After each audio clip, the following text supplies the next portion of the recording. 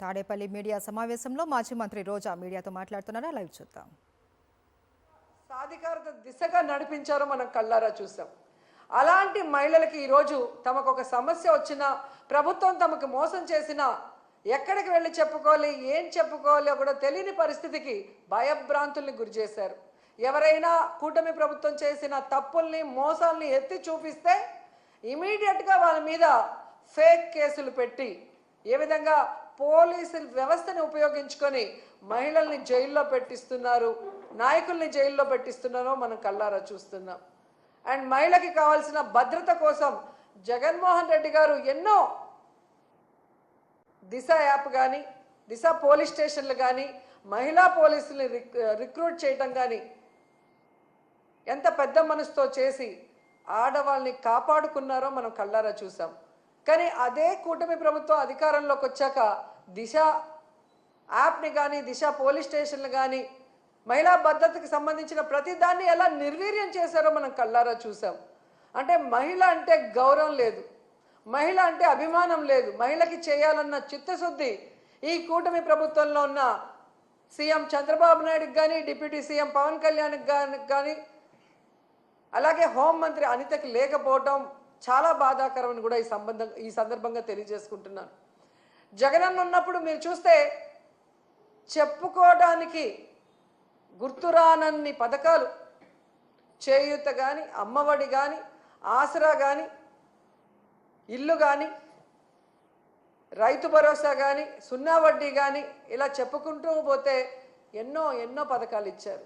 కానీ చంద్రబాబు నాయుడు వచ్చిన తర్వాత ఆయన ఇస్తున్న పథకాలు ఏంటి అంటే చంద్రన్న పగ, చంద్రన్న దగ, చంద్రన్న నిత్యావసర వస్తువుల ధరల బగబగ, అలాగే చంద్రన్న మోసం, చంద్రన్న తల్లికి పంగనామం, అలాగే చంద్రన్న నిరుద్యోగులకు వెన్నుపోటు, ఇలాంటి పథకాలు తప్ప చంద్రబాబు నాయుడు చెప్పిన ఒక పథకాన్నైనా ఈరోజు ప్రజలకు ఇచ్చారని నేను అడుగుతున్నా. నవమాసాల్లో నవ మోసాల్ని నారావారు తీసుకొచ్చి ఈరోజు ప్రజలకు అందిస్తున్నారు. మహిళలు ఈరోజు అంతర్జాతీయ మహిళా దినోత్సవ సందర్భంగా ఎక్కడ నలుగురు కలిసినా ఈ కూటమి ప్రభుత్వం మంచి ప్రభుత్వం కాదు, మహిళల్ని ముంచే ప్రభుత్వాన్ని ఘంటాపదంగా చెప్తున్నారు. అలాంటి సమయంలో చంద్రబాబు నాయుడు గారు, ఆయన ప్రభుత్వం ఈరోజు మహిళా దినోత్సవాన్ని రాష్ట్ర వ్యాప్తంగా ఘనంగా చేయండి అని చెప్పడమే కాకుండా ఆయన పాల్గొంటున్నాడన్న విషయాన్ని కూడా ఇప్పుడే తెలిపారు. ఈరోజు ఆయన నేను సూటిగా అడుగుతున్నాను. మొన్న ఏదో మీటింగ్లో ఆయన చెప్పాడు, డైరెక్ట్గా కానీ ఇండైరెక్ట్గా కానీ వైఎస్ఆర్సీపీ వాళ్ళకి ఏ పని చేయొద్దని. అయ్యా చంద్రబాబు, మీరు వైఎస్ఆర్సీపీ వాళ్ళకే కాదయ్యా, టీడీపీ, జనసేన, బీజేపీ ఎవరైతే మీకు ఓట్లేశారో మీ కూటమి ప్రభుత్వం మహిళలకు కూడా మీరు ఏం మంచి చేసింది లేదు, వాళ్ళని కూడా మీరు నట్టేట ముంచి మోసం చేశారు అన్న విషయాన్ని ఈరోజు వాళ్ళు గుసగుసలాడుకోవటం వినమని కూడా ఈ సందర్భంగా తెలియజేసుకుంటున్నాను. అండ్ ఈరోజు సిగ్గు లేకుండా ఈ కూటమి ప్రభుత్వం తెగ ప్రచారం చేసుకుంటుంది పచ్చ ఛానళ్లలో. కూటమి ప్రభుత్వం అంట మహిళా సాధికారత కోసం ఎంతో కృషి చేసిందంట. అసలు మహిళా దినోత్సవాన్ని జరుపుకునే అర్హత ఈ కూటమి ప్రభుత్వానికి ఉందని నేను అడుగుతున్నా. అసలు మహిళా సాధికారత కోసం మీరు ఏం చేశారో చెప్పండి. ఈరోజు రాష్ట్రంలో చూస్తే ప్రతి గంటకి 70 మంది, ప్రతి రోజుకి 70 మంది మహిళలు, వృద్ధులు, చిన్నపిల్లల మీద అఘాయిత్యాలు జరుగుతున్నాయి. గంటకి 3 మీద మీ పోలీస్ రికార్డ్సే చెప్తున్నాయి. ఇదేనా మహిళా సాధికారత? మహిళలు రాజకీయంగా ఎదగాలని జగన్మోహన్ రెడ్డి గారు ఇచ్చిన 50% రిజర్వేషన్ని మహిళలకి ఎత్తేశారు మీరు. ఇదేనా మహిళా సాధికారత? మహిళల రక్షణ కోసం దిశ యాప్, దిశ పోలీస్ స్టేషన్లు, మహిళా పోలీసుల్ని తీసుకొస్తే వాటిని మీరు ఎత్తేసి ఈరోజు దీన్నే మహిళా సాధికారత అంటారని అడుగుతున్నాను. ఎంత సిగ్గుచేటంటే ఈరోజు 6 ఏళ్ల నుండి 60 ఏళ్ల వరకు అందరు మహిళల్ని మోసం చేశారు. ఇదేనా మహిళా సాధికారత? దాదాపుగా 50,000 పైగా బెల్ట్ షాపులు పెట్టి ఈరోజు ఆడవాళ్ల పసుపు కుంకాలతో చెలగాటమాడుతున్నావు చంద్రబాబు నాయుడు. ఇదేనా మహిళా సాధికారత?